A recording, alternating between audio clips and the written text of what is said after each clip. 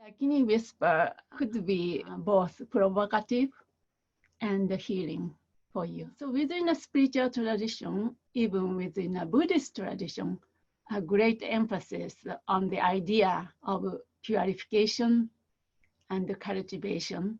As you know, cultivation of wisdom, cultivation of positive potentials to become a bodhisattva who is holy, pure, and benevolent. We aspire to be like them.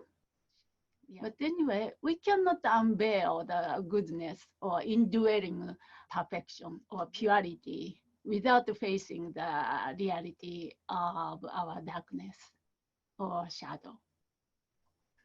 Because that's the one which is blocking the path, blocking us to see the purity. No? So without involving in the inner work, so to speak, looking at our own mind, path would be potentially psychologically unhealthy, not complete. I said many occasions, the path, at least for me, is to become a completely human and completely Buddha, both.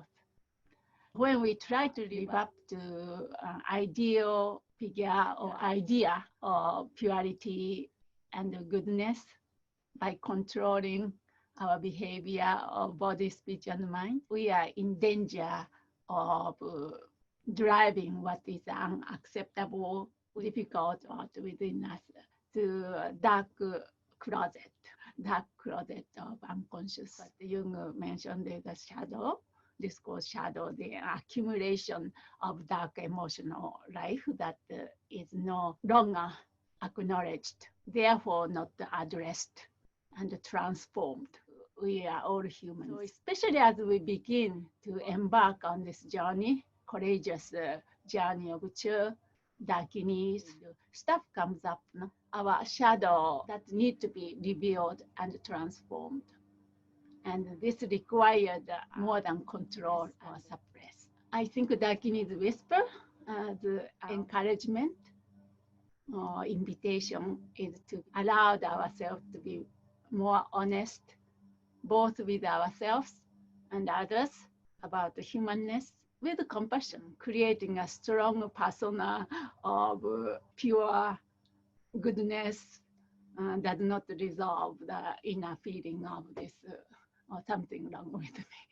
It merely split ourselves on the cushion, very holy, of the cushion, and completely messed. So on the Buddhist path, we aspire to increasingly wholesome, peaceful lifestyle, free from the tyranny of the senses of emotional and instinctual need.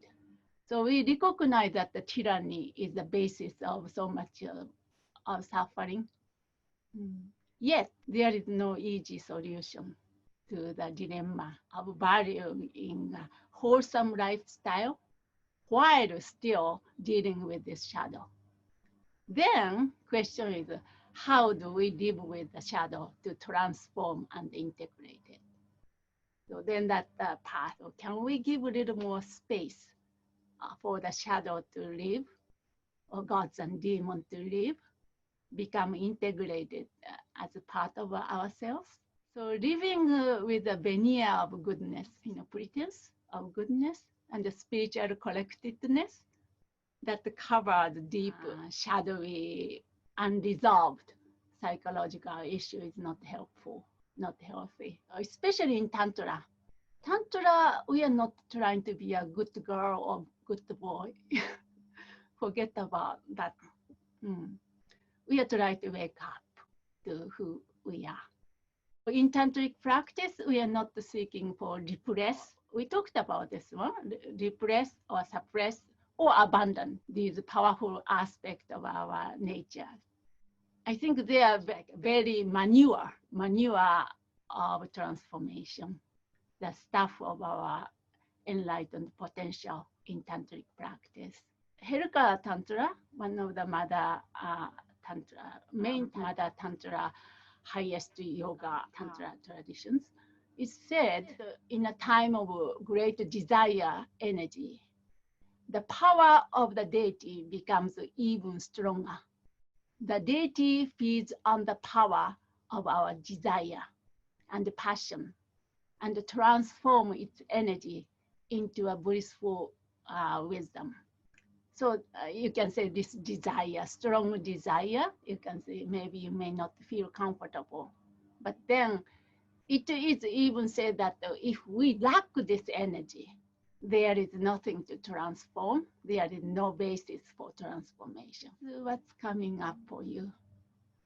Take a moment to feel into the body. What is transpiring for you? Sometimes we awaken this unmet need or unresolved emotions that are below the conscious attentions in the lower chakra. Because the traditional Tibetan teachers do not talk about this kind of stuff. Then as a naive Buddhist practitioners and take it, oh, okay, purity, perfection, we idealize and then seek for them. Then something really part of us, so juicy and so precious, shoved into the dark closet and become unconscious. So Chug is a great example, great practice to bring up that gently, lovingly, just as a mother do to a troubled child. From heart center, can look at the lower chakra and say, I can see you. I can see your suffering. See if we can do like that. We have a both capacity to awaken, capacity to ground, completely human. It's better for us to have a churning. May not be comfortable, but we are not going for comfort. Ultimately, it will settle, but have a churning. Then that brings to Dharma practice.